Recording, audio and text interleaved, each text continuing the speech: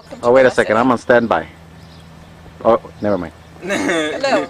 Welcome to the Cerda family. This is our home. My name is Ignacia de la Cerda. I am a cancer survivor, recently widowed. This is my son, Arturo. Hello. Arturo de la Cerda. Hello. I'd like to welcome you into my house. Welcome.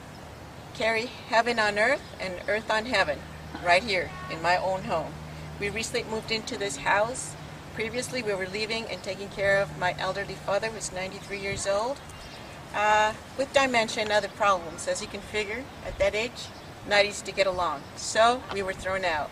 I had to find a place for us to stay as soon as possible, with an accessible access to an electric wheelchair. My son is quadriplegic, unable to deal for his daily needs on his own.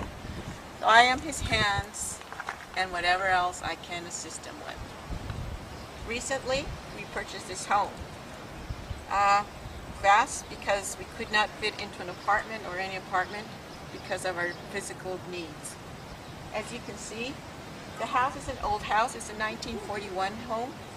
There was not much done to it, but it had the entrance wide enough for the wheelchair, which is what the main thing I wanted for my son Arturo, since he cannot walk, and I needed as little work as possible. However, being an old home, there was a lot of pressures underneath that needed to be taken out. For a wheelchair, modern day, accessibility is the key to a better, healthier life. Our lawn was full of holes, no grass. We just evened it out to make it look nice. It really looked like a gopher home more than a human home. It still needs a lot. The house needs painting. It has many holes around it. The roof soon will be a replacement. Again, shingles flew off during our harsh winter, strong winds, and harsh rain. The accessibility for our son is good. Follow me. Front entrance to the house. Before you saw the bushes blocking the front door, I could not afford to take them all out to redo the front lawn, so we left it as is. This is the 1941 windows, which only open towards the outside. The glass is so thin, you practically can blow it and it'll crack and fall, which it has within the past 7 months since we moved in. The lighting on the outside is very vintage. It's so vintage, some of them had to be taken off. On the far corner, you will see there's a light fixture missing.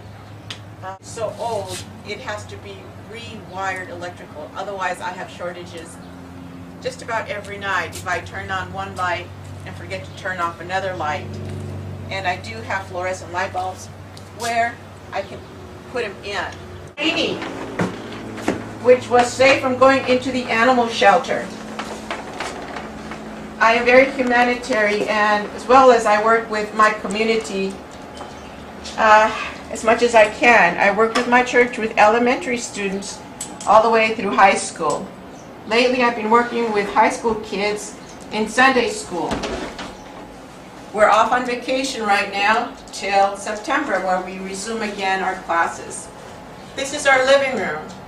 It is nice and spacious, which is great for a wheelchair. However, the floor is laminated wood, which is not the greatest thing you can have in the wintertime because it rains outside. With a wheelchair, it tracks in a lot of water, which ruins the wood paneling because it's not real wood. It can take some moisture, but not to where it is brought in with wheels. And the wheelchair has, I believe it's something like 8 wheels if you count them all, what's in the front and what's in the back. Our home has a chimney, but it is not a modern chimney as you might expect. It doesn't have a shut-off valve. So in the wintertime there's a lot of drift coming in through the chimney, although I close the glass doors, but we still have a lot. This is my late husband. Another interesting fact about him, recently passed away of a disease called CJD, which is very much similar to the mad cow. Most unfortunately, he had been unemployed for the past 2 years prior to his illness. Unexpectedly, they couldn't find what it was. He went from many diagnoses till finally he was diagnosed with a virus that attacks the brain, and it goes from dementia to loss of body functions to loss of organs, which took his life. Prior to his unemployment, he was city manager of small cities, whereby we all volunteered again, doing community work and extending the well-being of our community as much as possible. He was one of the first city managers to get a senior center in California when it first was approved by the state of California in Southern California. He did other outstanding job recognitions for other small cities. Now we have memories.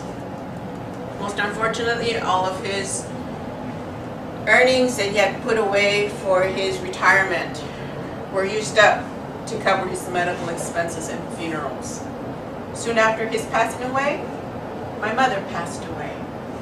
Unexpectedly, she passed away, at which time I was dealing with cancer and cancer treatment, diagnosed with breast cancer, went from stage 1 to stage 2 within 30 days, went through the whole treatment of radiation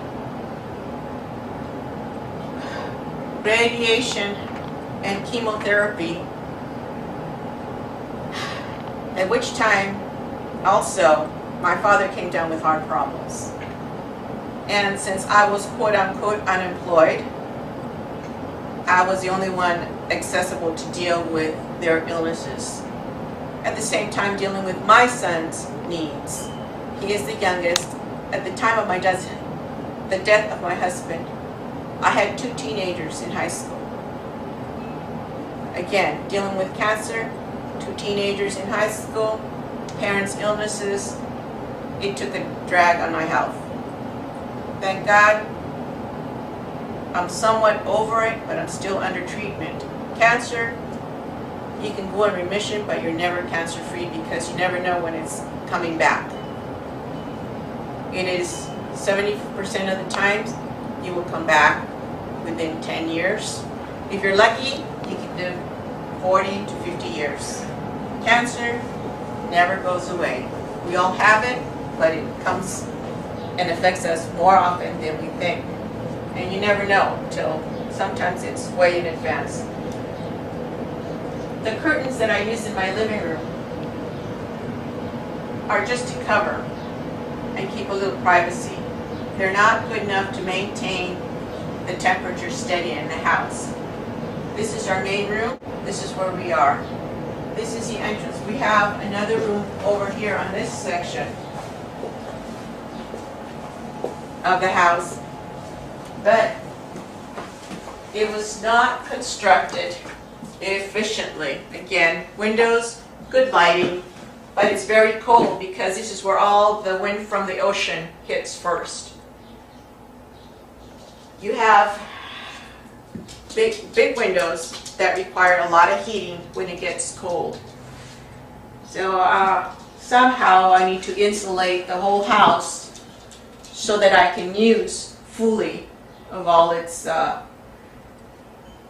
ability. The floor again, it needs a lot of floor work.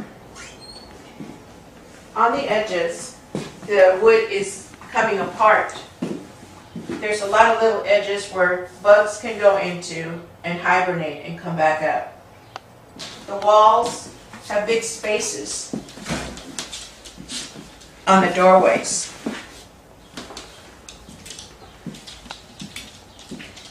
I don't know how this was done, but every room has a phone jack that does not go anywhere. And I had the phone company come check it. It goes, well, that doesn't work. That doesn't work. I only have one. However, it's minimal acceptance. Paying to rewire the house for full phone function is too high maintenance. So we deal with what we can, and this is how we go.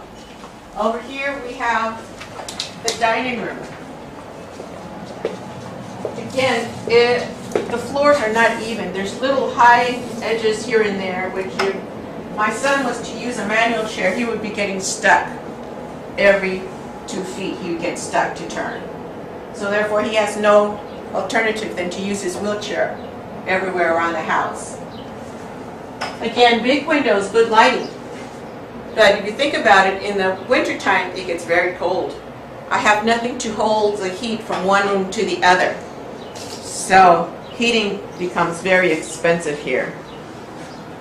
When we moved in, I had to widen the entrance to the kitchen so that Arturo can come in and get his own water if needs to.